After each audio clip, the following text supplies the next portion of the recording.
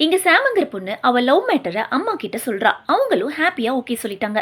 "ஏன்டி இவ்ளோ நாளா சொல்லலன்னு?" கேட்டா, "நீ ஒத்துக்க மாட்டியோன்னு பயமா இருந்துச்சுன்னு" சொல்றா. "நீ யார கை காட்டினாலும் நான் கண்டிப்பா ஓகே சொல்லிடுவேன்னு" சொல்றாங்க.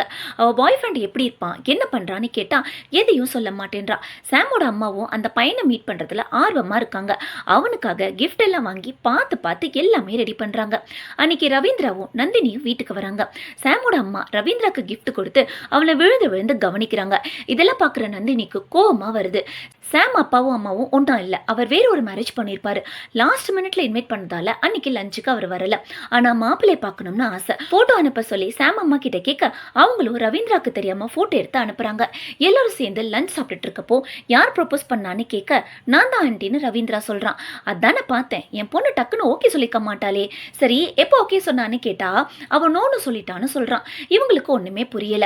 சாம் எழுந்து போய் அம்மா வாங்கின கிஃப்ட் எடுத்து நந்தினி கிட்ட கொடுத்து, நான் நந்தினியை தான் லவ் பண்றேன்னு சொல்லிட்டா. ஒரு செகண்ட் ஷாக் ஆனவங்க பாதி சாப்பாட்டுல எழுந்து, என் பொண்ணு உன்ன மாதிரி எல்லாம் இல்ல, அவ நார்மலான பொண்ணுன்னு சொல்லி நந்தினியை வீட்டை விட்டே வெளியில அனுப்பிடுறாங்க.